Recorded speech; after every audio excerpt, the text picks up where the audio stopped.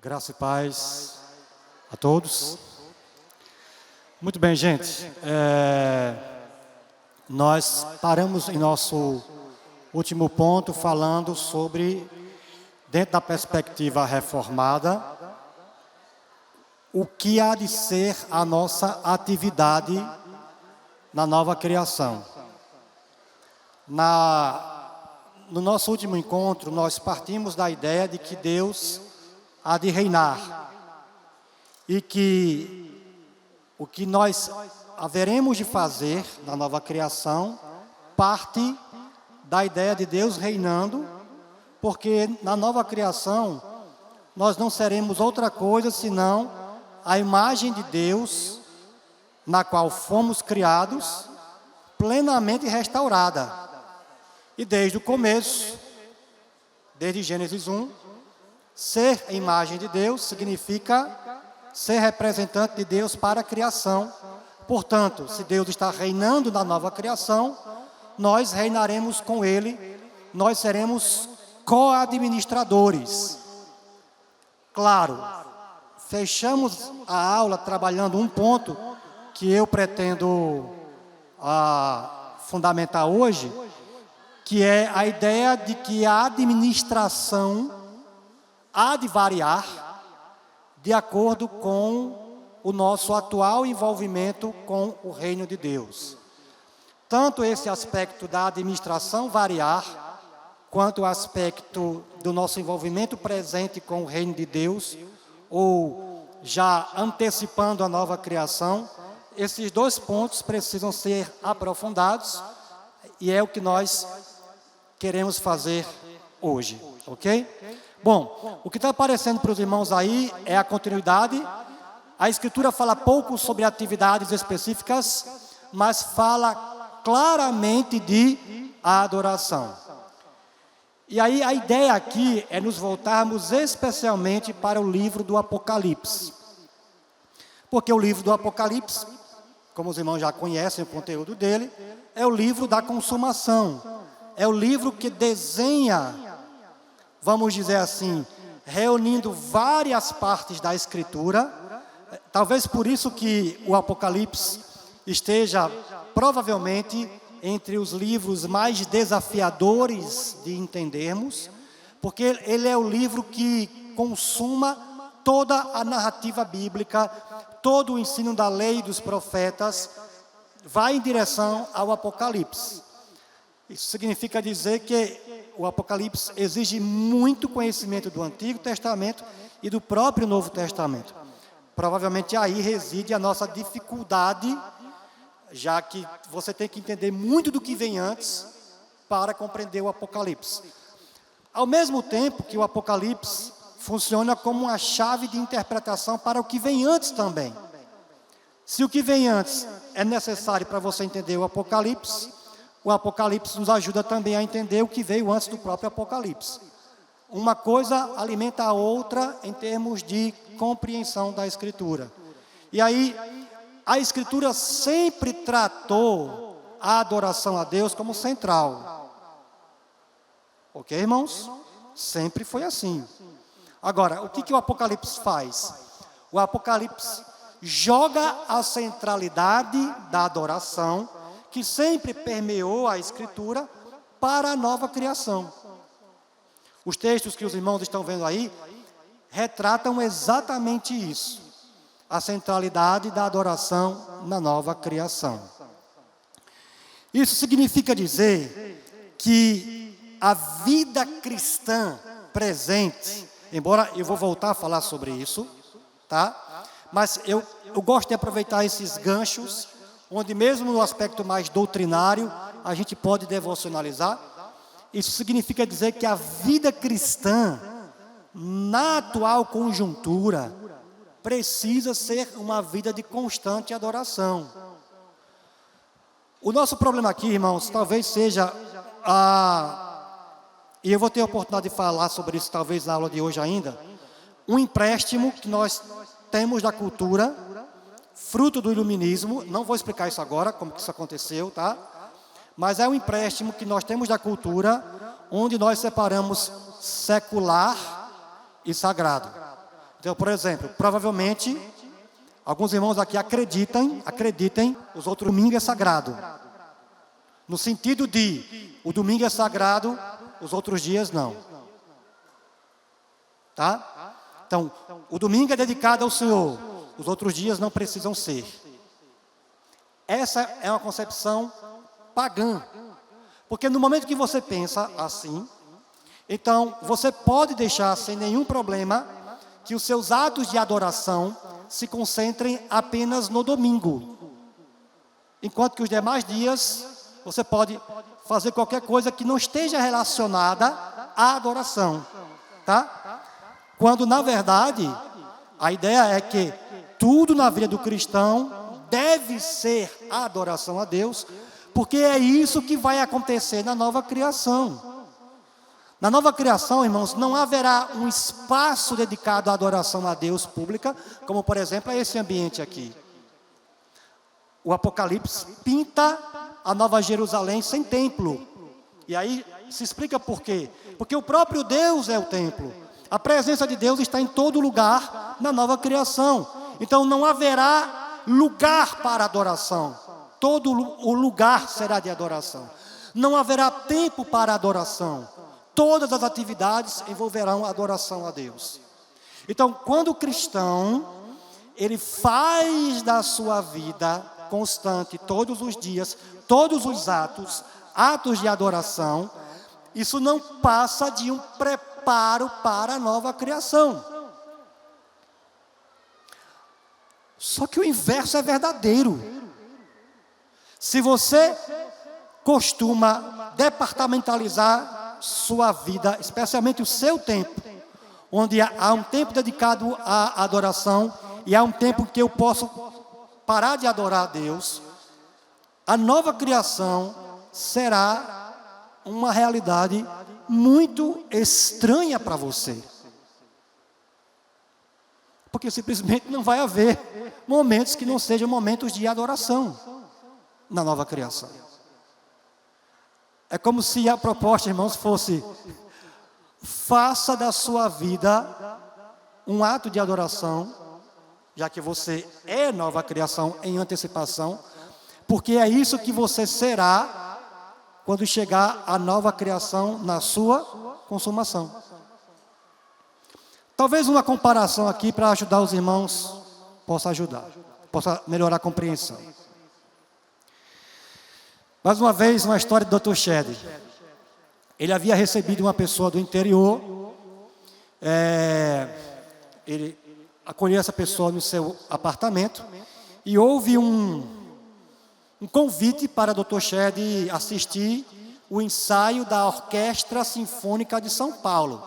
Só que os irmãos devem imaginar que o ensaio da Orquestra Sinfônica é tão maravilhoso quanto a própria apresentação da orquestra, uma apresentação oficial. Então, o Dr. Shedd, obviamente, na sua cortesia e na sua educação, convidou a pessoa, estendeu o convite e levou a pessoa consigo. Só que, irmãos, o Dr. Shedd é americano, passou um tempo na Europa, né, seu doutorado lá, acho 4, 5 anos, alguma coisa assim. Acostumado, né, com a questão da música clássica, levou a pessoa. Daqui a pouco, a pessoa sentada lá, vendo a apresentação, começou a ter um chilique na cadeira. Começou a experimentar uma verdadeira agonia, porque seu ouvido, sua apreciação musical, seu gosto estético, em nada havia sido desenvolvido para apreciar música clássica. A pessoa estava fora do seu ambiente. Então aquilo inevitavelmente ia se tornar estranho. Agora os irmãos imaginem o céu sendo a mesma coisa. Se tudo lá vai ser concentrado em adoração, o que deve ser a presente vida se não preparo para essa experiência? E o inverso verdadeiro. Se você tem dificuldade de fazer de toda a sua vida um ato de adoração, o céu vai ser uma coisa muito inquietante. Tão inquietante que a gente fica perguntando se Deus vai querer levar você para um lugar onde você vai ficar muito inquieto. Porque vai ser um lugar bem estranho para você. Percebem, irmãos? Como a preocupação com a adoração não pode absolutamente se restringir ao domingo. Ou no máximo, eu amanheço, não, hoje é dia do Senhor, então hoje eu vou começar meu dia com oração, hoje eu não vou ver Netflix, ou nada que me distraia, não vou para o Instagram, porque hoje é o dia do Senhor, então meus pensamentos vão se voltar para Deus, como se nos demais dias da semana você pudesse fazer algo diferente. Separando o momento de adoração, um dia para isso, na verdade, e outros dias que não precisam, você não precisa adorar. A diferença do domingo, irmãos, é que o domingo é o dia da adoração pública. Aí sim, aí você tem que estar aqui. Aí você tem que se consagrar para estar aqui. Aí outros compromissos não podem tomar o lugar do compromisso de adorar a Deus publicamente, primeiro porque é mandamento, segundo porque há um aspecto da antecipação da nova criação que Deus reserva para o culto público.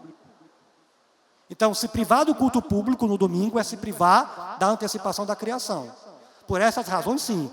Mas porque hoje é o dia do Senhor e hoje eu adoro. Os outros dias não são dias do Senhor, não precisa adorar. Esse raciocínio não é só estranho à Escritura, não é só estranho ao que Cristo fez, em termos de Ele ser Senhor e nós sermos seus escravos e toda a nossa vida ser consagrada a Ele, como isso é completamente estranho ao projeto da nova criação.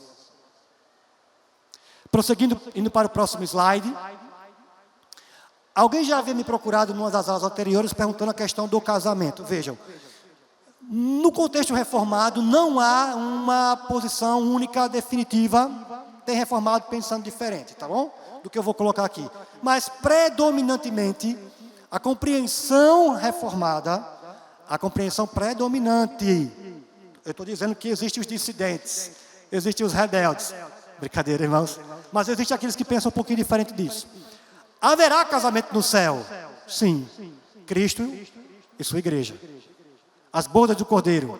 Então, a nossa experiência atual de casamento, de família, de criar filhos, de constituir a célula máter da sociedade, como nós costumamos falar de um ponto de vista sociológico, isso vai estar presente na nova criação? Sim. No casamento eterno de Cristo com a sua igreja, tá? Agora, há reformados que vão entender que nova criação vai perpetuar, vai dar continuidade a essa ideia de que haverá novos nascimentos, né? Na nova criação. Confesso particularmente que eu tenho dificuldade com essa possibilidade. Bom, gente, relações humanas continuarão mais transformadas. Ok? Então, a ideia aqui é que o amor de Deus em Cristo aperfeiçoado em todos nós fará com que nós amemos todos igualmente. Gente, há pessoas na presente vida que nós amamos mais do que outras. Claro que há. Por exemplo, a pessoa que eu mais amo nessa vida é minha esposa. Tá? E eu sugiro os homens a fazer o mesmo. Ah, mas a minha mãe. Ah, mas as minhas filhas. Eu estou falando relacionamento com mulheres, né? Bom, a Escritura coloca Cristo amando a igreja e se entregando por ela e colocando isso como padrão do amor dos esposos, dos maridos. Então, do jeito que para Cristo a sua igreja é incomparável, para os maridos cristãos, suas esposas devem ser incomparáveis em termos de amor. Não é que você não ame outras mulheres, a exemplo da mãe ou das filhas. Eu estou falando do amor mais intenso e de maior dedicação é voltado para a esposa. Tá? Então, na presente existência, nós temos amores distintos. Amigos, por exemplo, amigos cristãos. Amamos todos os irmãos? Sim. Mas nos envolvemos mais de perto, muito provavelmente, com os problemas dos nossos amigos cristãos. ok? Até Jesus tinha discípulos mais próximos. Tinha um que era apelidado como o discípulo amado. Ok, irmãos?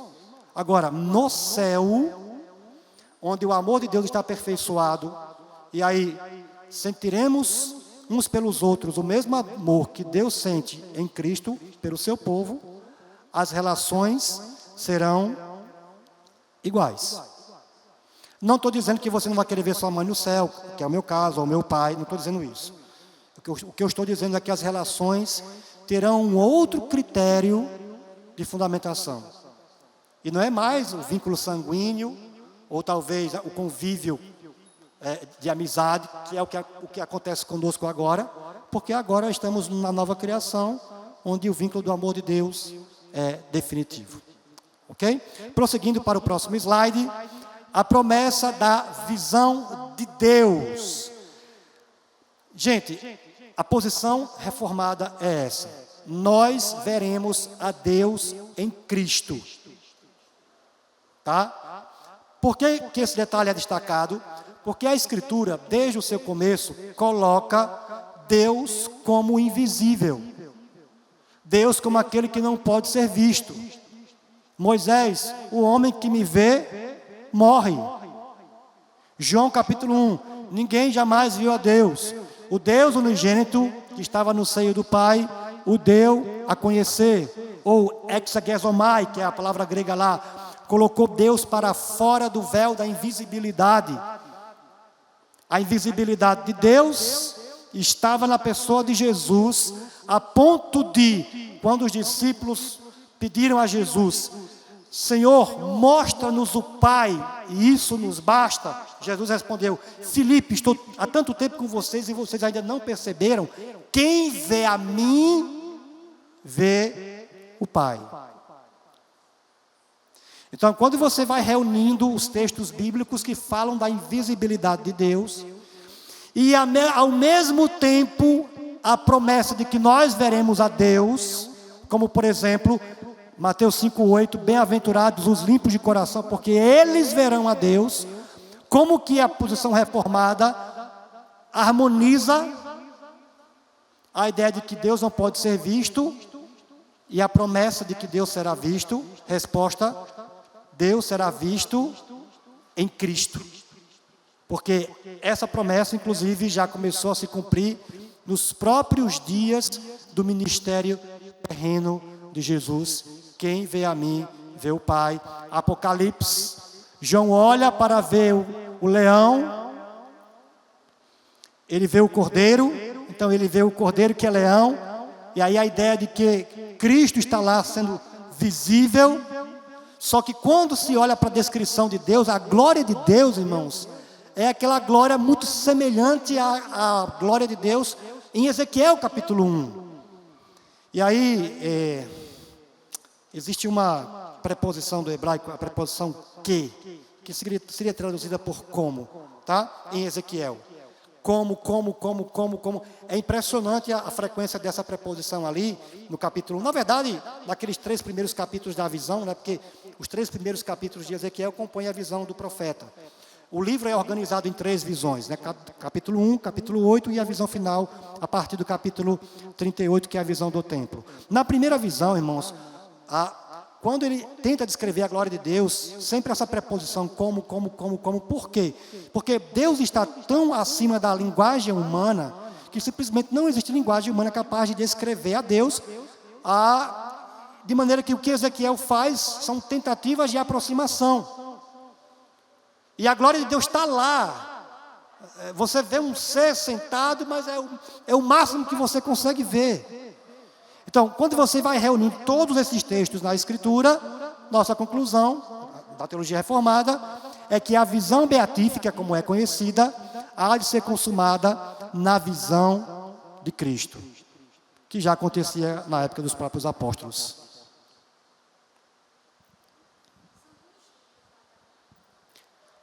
Você vai ter que falar bem alto.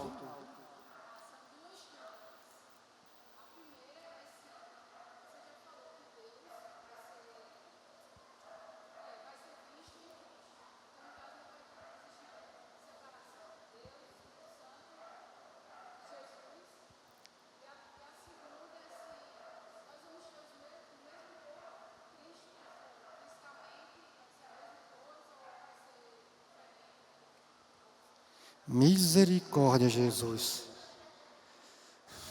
Tem certeza que eu estou com um crente de igreja aqui? Tem certeza? Ou são candidatos escondidos a PhD em teologia? Jesus! Essa é uma das perguntas mais difíceis, se é que há resposta para ela, gente. O que nós podemos dizer é que nós veremos a Cristo. Vamos fazer o seguinte, eu vou tentar pegar, eu não prometo, na verdade eu não tenho condição de responder a pergunta dela. O máximo que eu posso oferecer é uma aproximação, se é que é uma aproximação de alguma resposta. Quando Cristo ascende aos céus, irmãos, Ele não deixou de ser homem. Tá? A humanidade de Jesus não se encerra quando Jesus é assunto aos céus. Ele continua sendo homem, portanto, Ele continua com a sua corporeidade, com o corpo glorificado, agora na presença de Deus. Ponto. Essa é a garantia que temos até agora, com que a Escritura nos revelou, do que nós iremos ter em termos de visão de Deus. Ponto.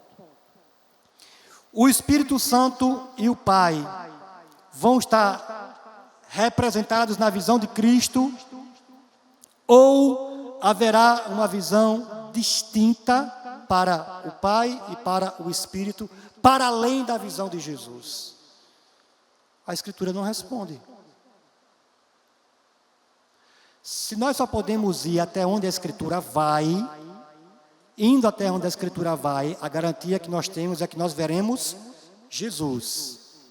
E que essa visão é suficiente para ver a Deus o Pai. Agora, isso é tudo que nós temos do céu, ou da nova criação? Não, irmãos. Existe a possibilidade de vermos Deus o Pai e o Espírito para além da figura do Filho. A Escritura não nega isso, mas a Escritura não afirma. Então, se meu limite é a Escritura, e sendo francamente honesto com os irmãos, é o que nós temos disso.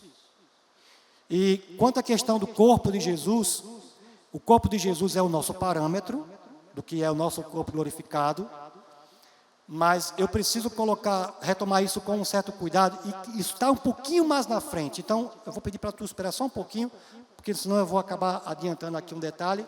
Mas a tua pergunta é muito oportuna, mas ela vai ser tratada aqui na questão das recompensas, ok? Então, vamos para o próximo slide.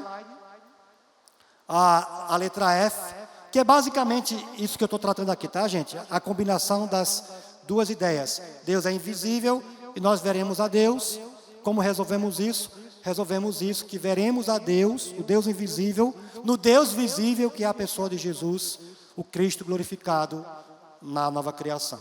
Então, podemos ir para o próximo slide, seria a letra G. Também já trabalhamos essa ideia anteriormente, tá, gente? A questão da memória redimida. A ideia de que vamos nos lembrar dos problemas, dificuldades, dores, mas com novos sentimentos, em especial gratidão e alegria.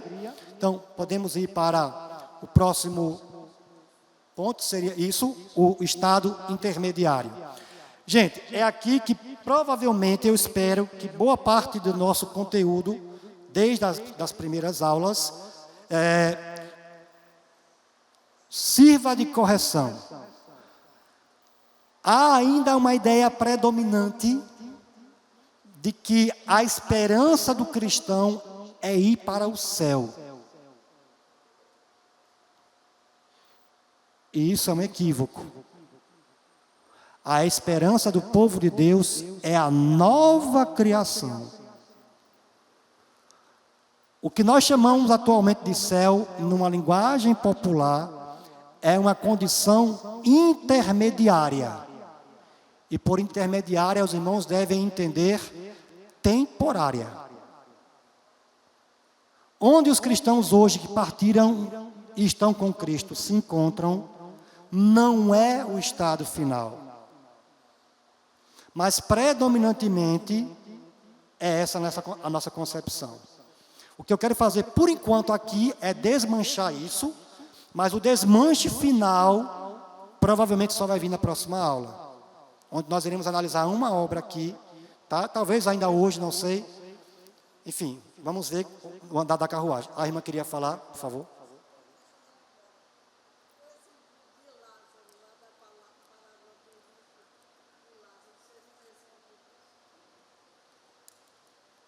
Muito bem lembrado. O único detalhe dessa passagem é o quanto nós podemos usá-la como descrição do estado intermediário. Porque aí é a briga dos eruditos, tá, gente? É uma parábola, não é uma parábola, é uma parábola descrevendo o estado intermediário. Se for, a irmã lembrou bem, o Lázaro,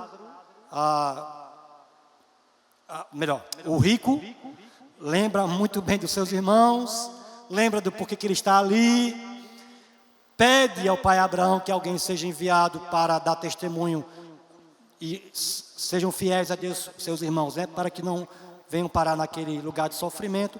Então, caso realmente o texto, e eu sou inclinado a essa possibilidade, descreva o estado intermediário para o não salvo, seria assim um reforço bíblico bem lembrado da irmã, e a irmã está com a ótima memória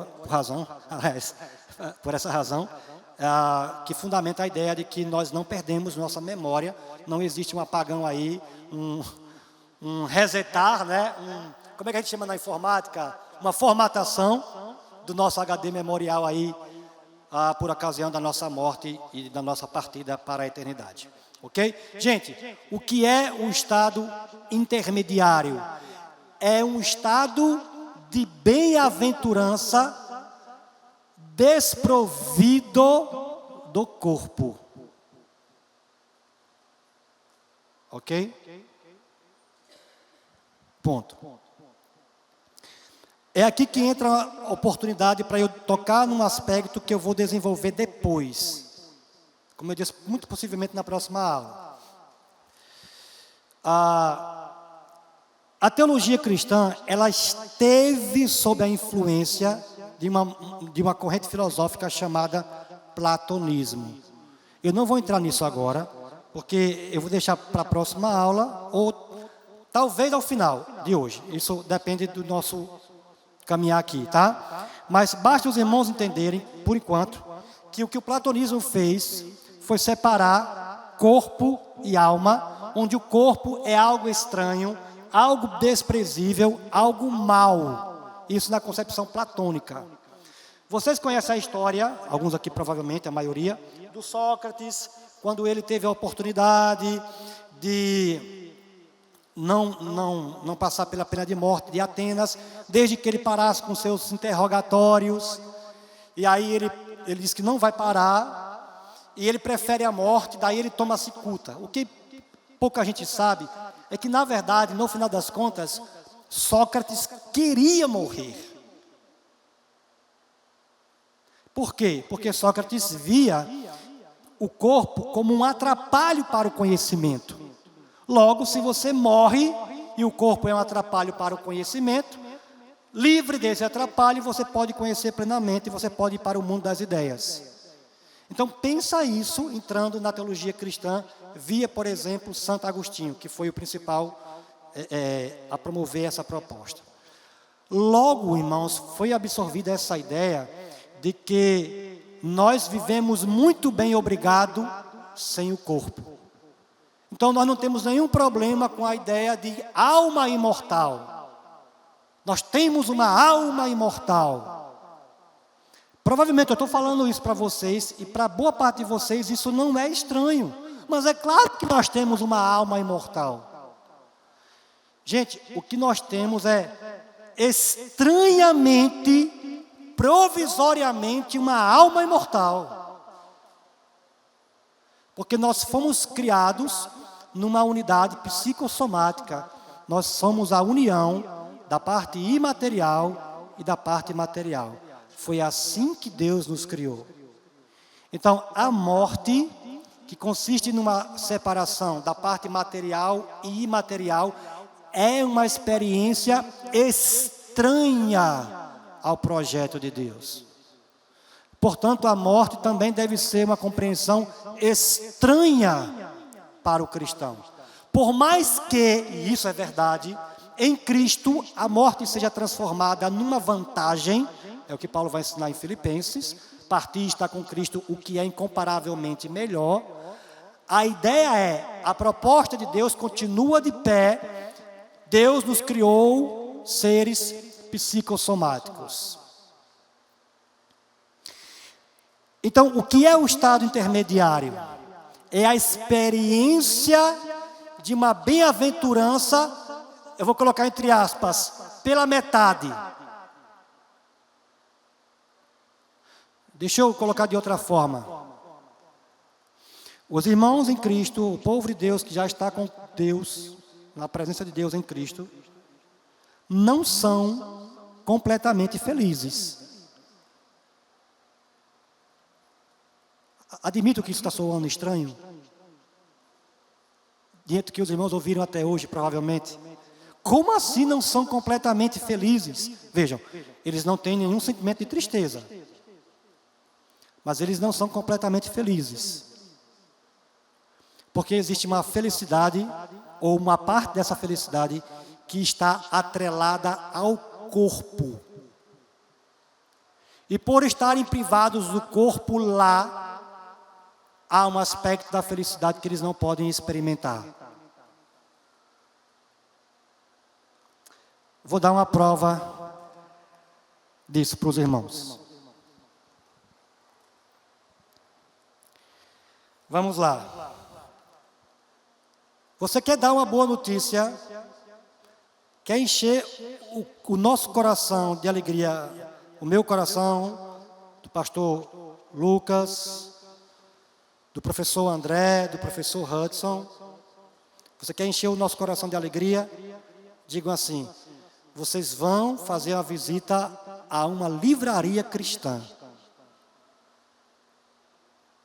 Pronto. Aí, irmãos, a gente vai para a galera. Ok?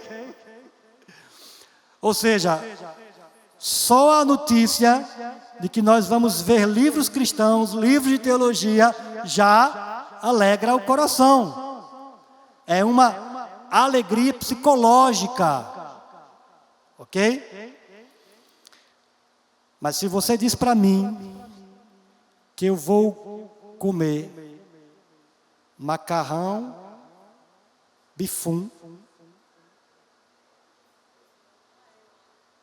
nossa, irmãos, eu quase preciso me conter diante do pecado da guludice. Tem alguém que tem essa tentação aí?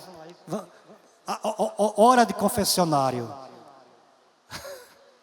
Porque, irmãos, macarrão de arroz bifum deve ter vindo do céu de alguma forma. Não sei, algum anjo deu a receita, não sei. Ou o negócio celestial da gota. Então, quando eu estou comendo aquilo, o prazer é físico. É do corpo. Então, notem, todos nós aqui experimentamos o tempo todo os dois tipos de alegria ou de felicidade. Aquela psicológica, quando você tem uma boa notícia, por exemplo, né? Ou quando você ganha um presente que você muito queria, ou a notícia de que você vai ganhar um presente e aquilo alegra o seu coração, ou quando você come algo gostoso, por exemplo. Notem, Deus nos criou para termos prazer psicológico e prazer físico. Os santos que estão na presença de Deus hoje estão o quê?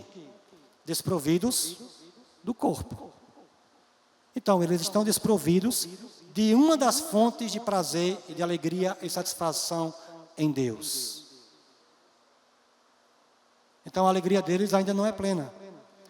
Receberão um corpo glorificado e aí sim, há aspectos da presença de Deus que eles só poderão experimentar por ocasião do corpo glorificado.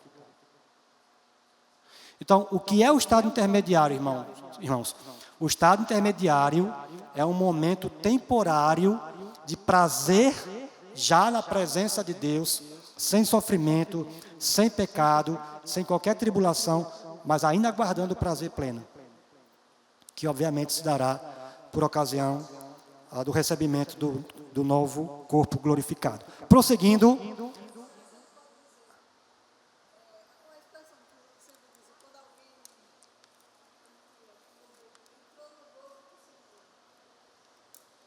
Não, isso é verdade. Agora, o gozo do Senhor tem etapas de intensificação. E esses que partiram e já estão no gozo do Senhor, ainda não estão na plenitude do gozo do Senhor. Ok? Seria algo desse tipo. Alguém queria mais falar? Que eu vi? Pois não?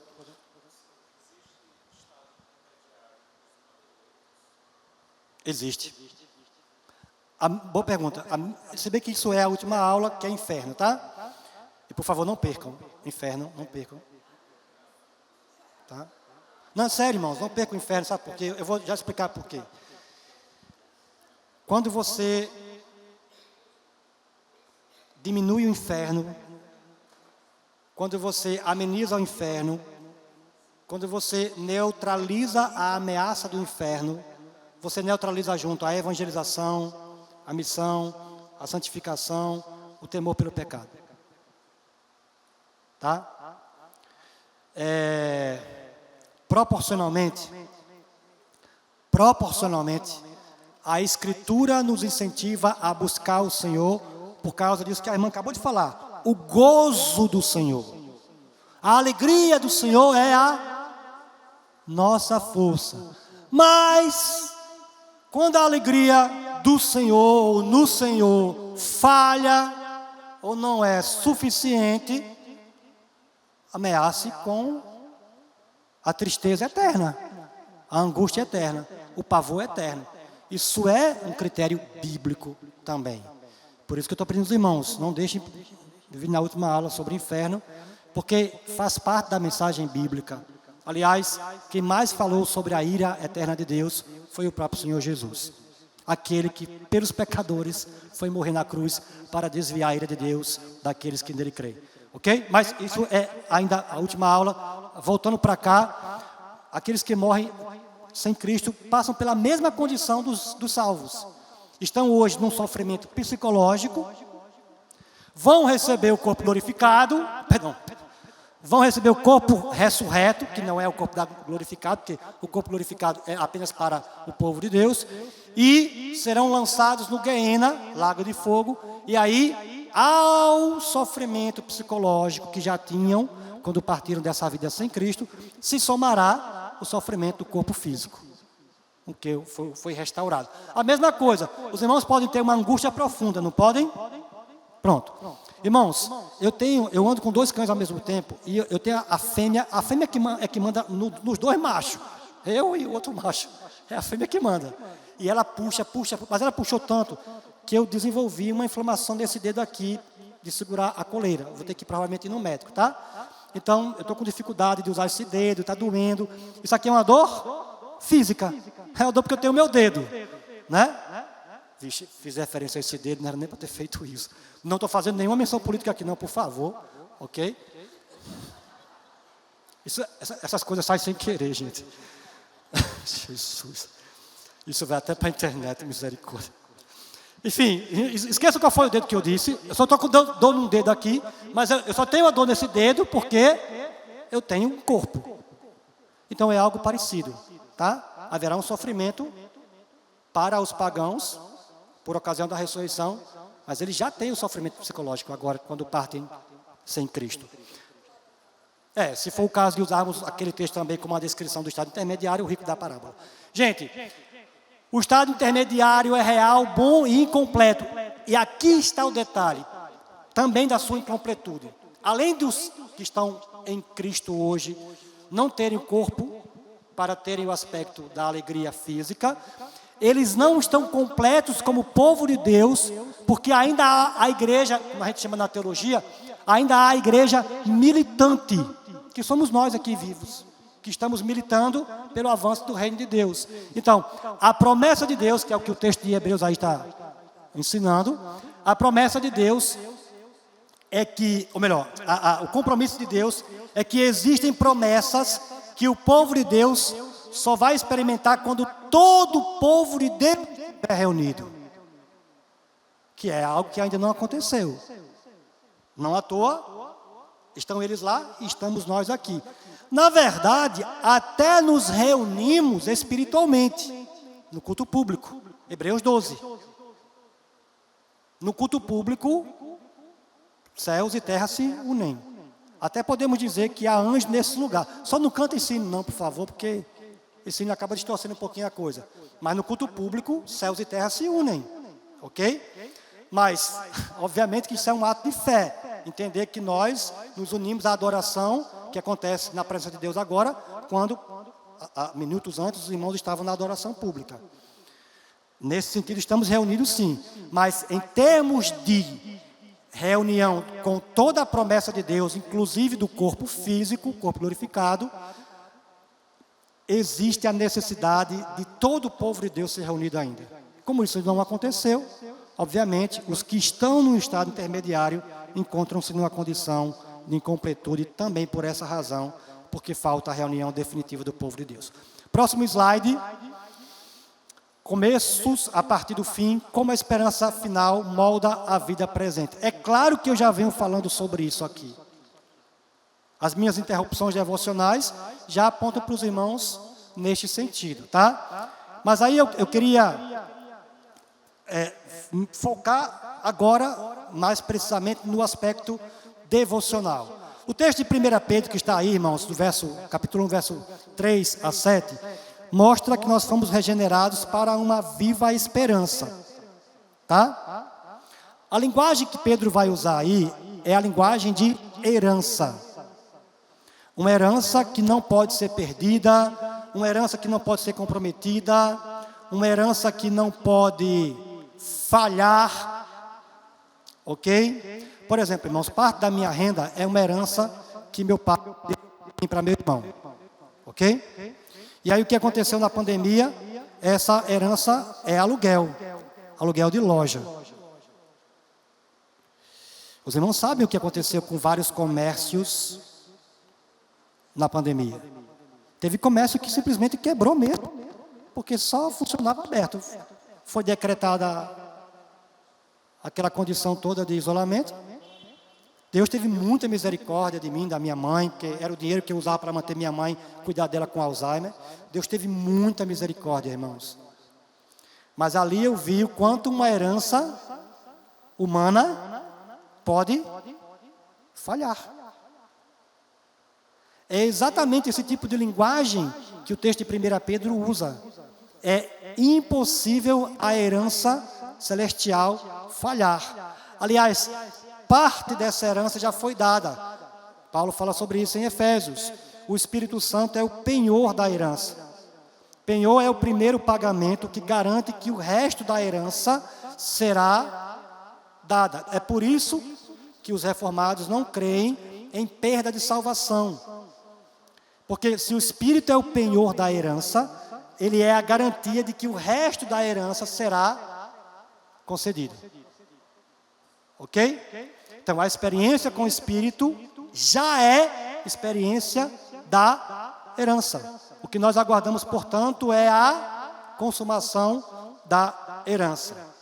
E aí, essa herança, irmãos, é incentivo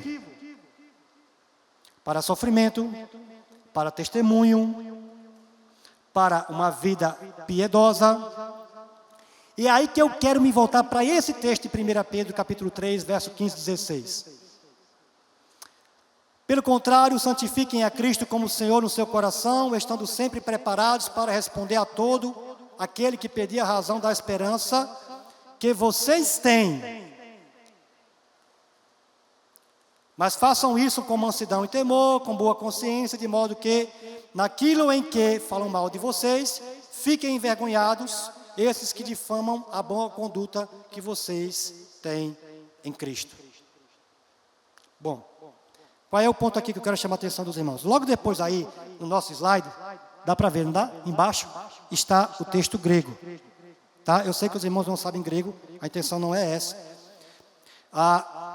eu quero ir para o final da expressão, que diz assim: Logon perites en himen elpidos, que significa a razão acerca da esperança.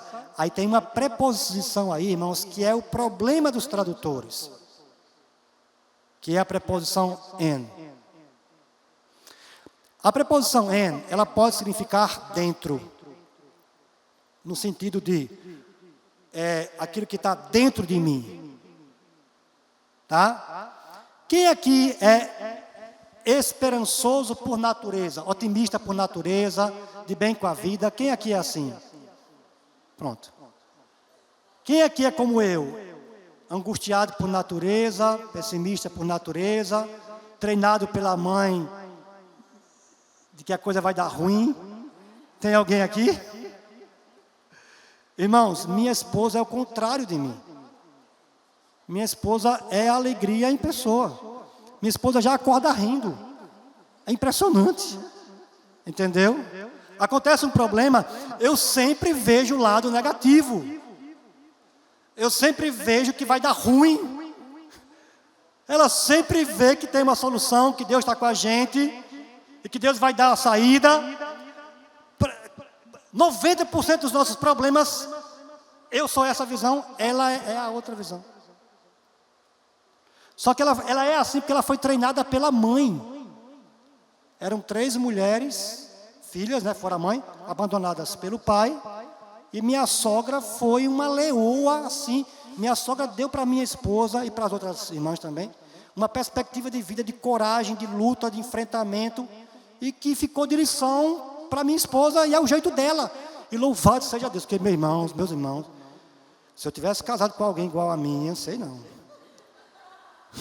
Eu já estaria no manicômio faz muito tempo.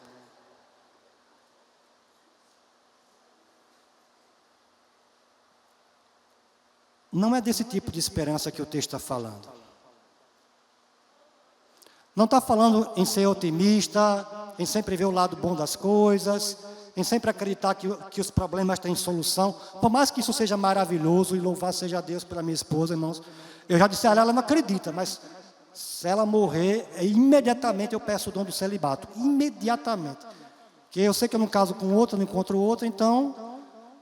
e tem que ser uma igual para suportar quem eu sou. Então, como eu sei que eu não encontro uma igual, Senhor, chegou o dom do celibato, agora chegou a vez, Jesus. Ou seja, não é desse tipo de perspectiva de pessoa otimista, alegre, de bem com a vida. Muito possivelmente, o sentido da preposição aqui, irmãos, é entre vocês. Ou seja, a ideia é a esperança que vocês compartilham. Então não tem a ver com eu ser pessimista ou otimista. Tem a ver com a esperança da nova criação.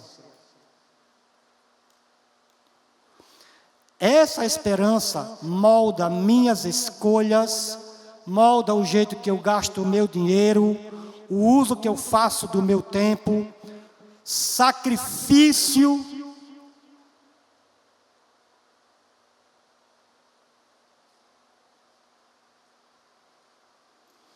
E esse estilo de vida diferente chama a atenção dos pagãos.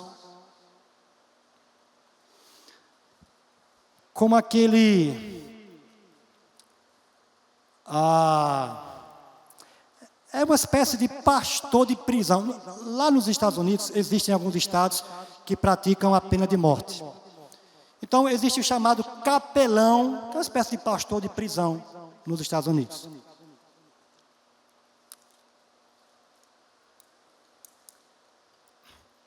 Mais uma vez, uma história contada por Dr. Shedd. Um homem foi condenado à morte. Ele estava a 10 dias da execução da sua pena. E aí esse capelão cristão chegava na cela dele, dizia, Jesus te ama e eu também. E o cara cuspia na cara dele. Ele tirava o óculos, limpava e ia embora. Ele vinha no outro dia, o capelão, Jesus te ama e eu também. Isso foi do primeiro dia até o 9º dia. quando foi no 10º dia que haveria a execução, o preso mandou chamar o cristão e disse: quem é esse Jesus? Eu não sei quem ele é. Fale-me dele. Ele ouviu o evangelho, se converteu e partiu para o Senhor. Por causa da esperança. Agora, o detalhe do texto aqui, irmãos, é esse pronome pessoal, vocês. Entre vocês.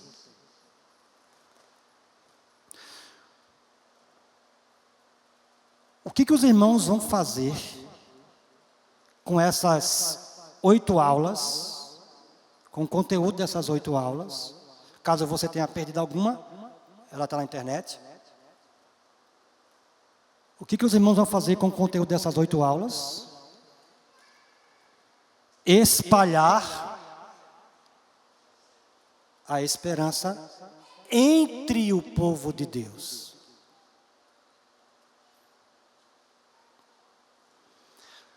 O que Pedro está fazendo na carta é dando esperança.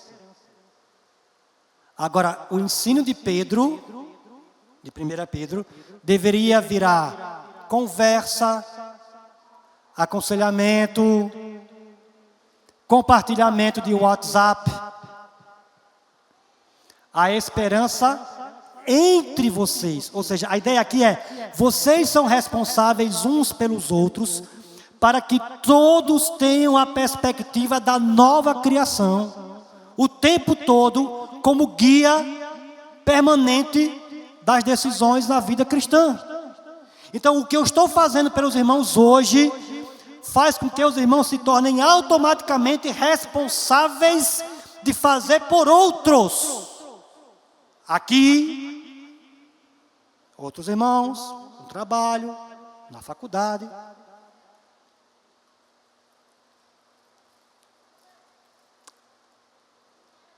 Próximo slide. A amplitude da nova criação exige dedicação integral.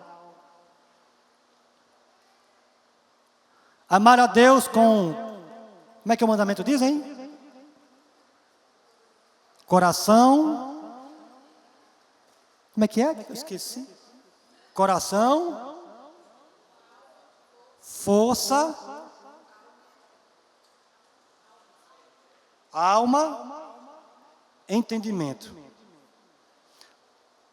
Creio piamente que os irmãos estão aqui e poderiam estar em outro lugar, ou descansando, ou almoçando, ou enfim. Estão aqui com sacrifício, querendo aprender. Estão aqui amando a Deus com a mente, ou entendimento, enfim. Agora, esse entendimento precisa moldar emoções, desejos, vontade, decisões, obras.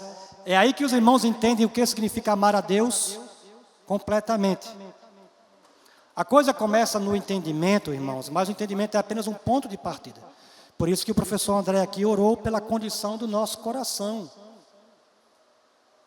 Para que essas ideias não sejam só ideias que abriguemos na mente, mas ideias que se transformem em emoções. Por exemplo, quando Gálatas 5:22 fala do fruto do Espírito, aparece lá a palavra rara, que é traduzida por alegria e a tradução correta, tá? Só que o que é rara ou alegria como parte do fruto do Espírito? Como é a alegria que o Espírito Santo produz, irmãos? O Espírito Santo coloca os nossos olhos na eternidade.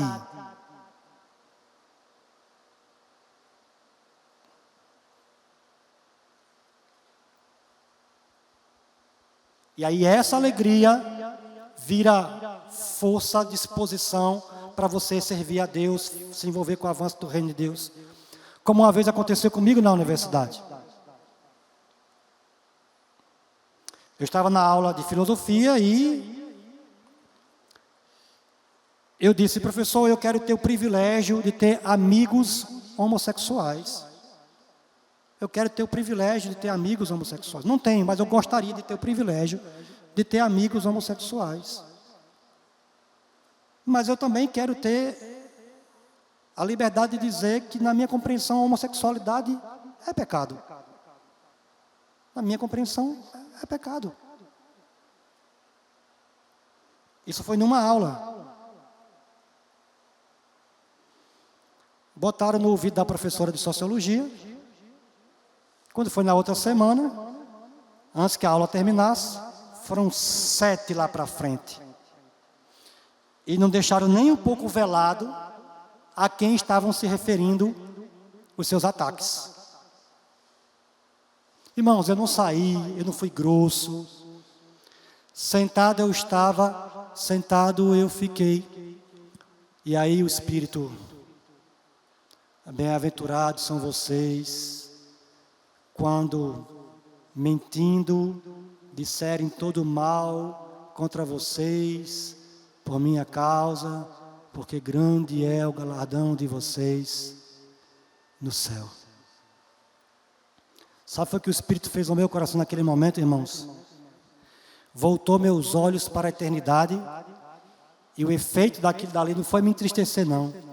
Foi me alegrar, porque eu fui considerado digno de ser perseguido por causa do ensino cristão.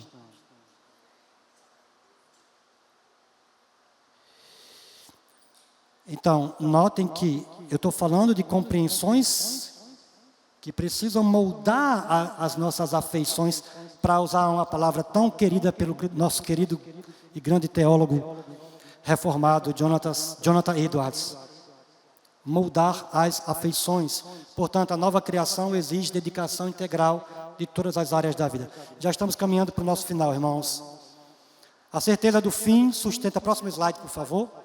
A certeza do fim sustenta amor, serviço e sacrifício.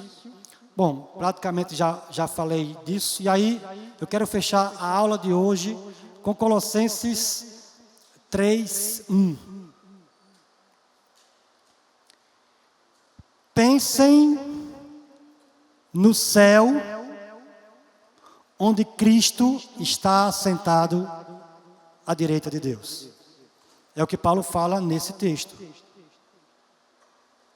A ideia, irmãos, é considerar a nova criação, considerar o estado final, considerar as promessas de Deus, cujo cumprimento nós ainda aguardamos, como motivações diárias para o nosso envolvimento com a obra de Deus, com a edificação do seu povo, envolvimento missionário.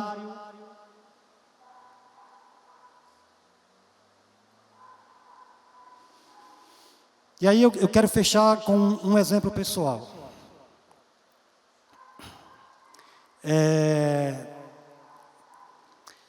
Eu vou fazer uma pergunta aqui, eu vou preferir que vocês não respondam, tá? Eu vou preferir que vocês não respondam.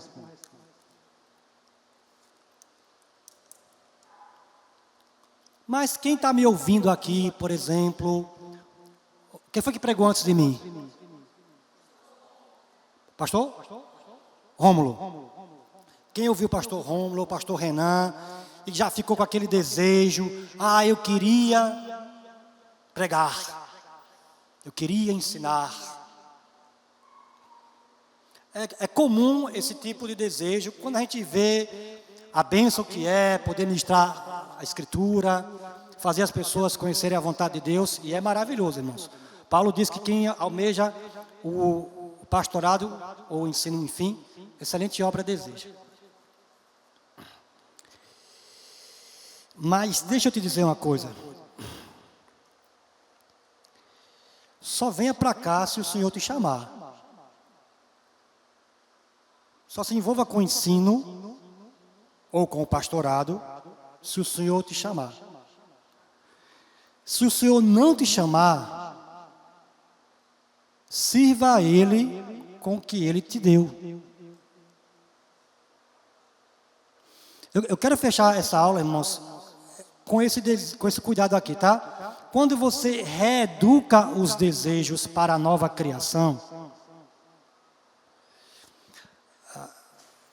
você começa a entender que toda a vida é oferecida para Deus, ok? O lance que eu expliquei no começo. Então, excetuando aquilo que é claramente pecado, aquilo que é pecado, óbvio, não faça. Abandone imediatamente, enfim.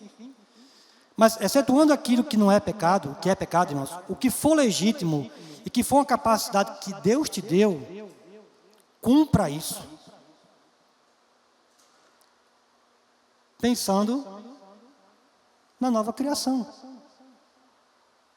Por exemplo, mais uma pergunta que eu vou pedir para você não responder. Quem aqui sabe ganhar dinheiro?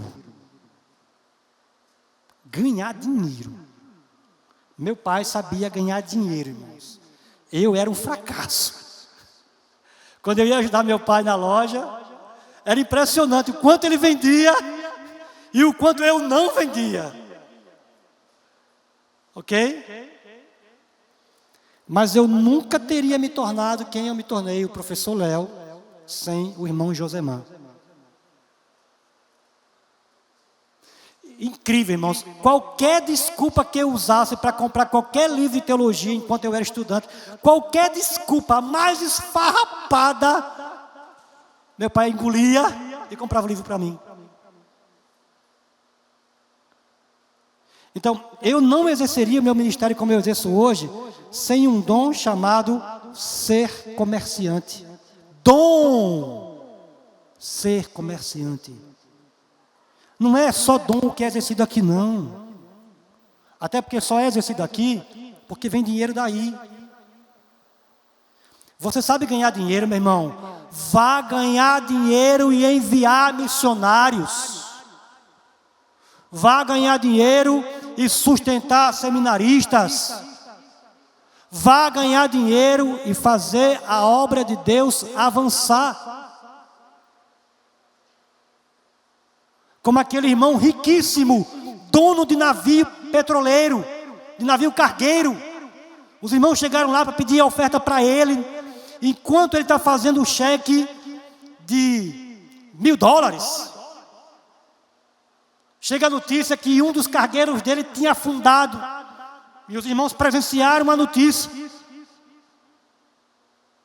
Aí ele disse: irmãos, vocês acabaram de ouvir aí, por favor, me devolvam o cheque.